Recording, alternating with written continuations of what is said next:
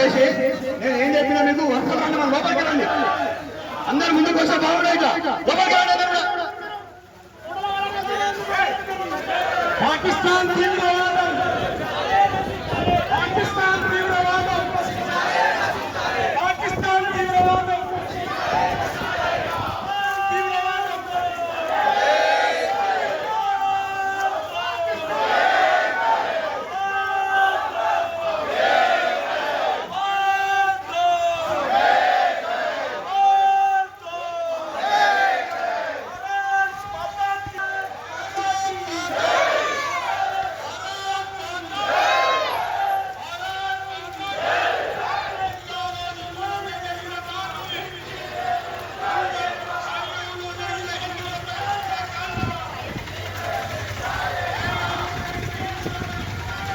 భారతదేశంలో మరి భారతీయులందరం కూడా మరి అయితే భారతదేశంలో ఒక సంచలనమైనటువంటి విషయాన్ని ముందు రావడం జరిగింది. పహల్గాంలో ఏదైతే మరి విధ్వంస కాండ జరిగినటువంటి ఏదైతే ఉగ్రవాదం ఉందో ఆ ఉగ్రవాదాన్ని ఉక్కుపాదం తొక్కడానికి ఈరోజు నరేంద్ర మోడీ గారు కంకణం బదులై మరి ప్రపంచ దేశాల్లోనే భారతదేశాన్ని ఒక స్థాయికి తీసుకెళ్ళడానికి వారు ప్రయత్నించినప్పటికీ అంతర్గత కలహాలు పెట్టాలని చెప్పేసి వాళ్ళు ఒక పట్టణంలో కూడా మరి కోచ్ ర్యాలీ నిర్వహించడం జరిగింది. మరి మొన్న జరిగిన పహల్గాం ఇన్సిడెంట్లో కూడా 28 మంది చనిపోవడం జరిగింది.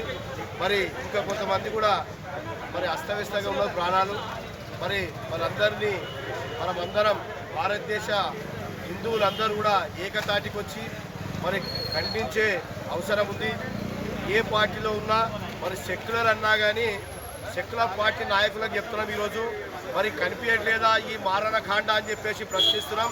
మరి సెక్యులర్ అనే పదం మరి వాళ్ళొక్కరికే వర్తిస్తుందా, మరి యావత్తు హిందువులకు కూడా వర్తిస్తుందా అని చెప్పేసి ఈరోజు ప్రశ్నిస్తున్నాం.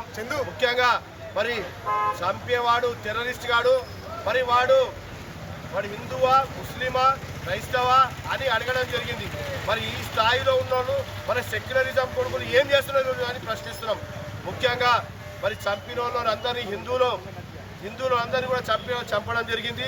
మరి అలాంటివి జరగవద్దు అంటే యావత్ హిందువులందరూ కూడా ఏకతాటిగా వచ్చి మరి నరేంద్ర మోడీ గారికి సపోర్ట్ చేస్తే ఆ పాకిస్తాన్ అనే దేశం ఉండదు అని చెప్పేసి మరి ఏకకంఠంగా మనం భారతదేశ ప్రజలందరూ కూడా ముందుండాలని చెప్పి కోరుకుంటూ మరి ఈ అవకాశం ఇచ్చిన పత్రికా విలేకరులకు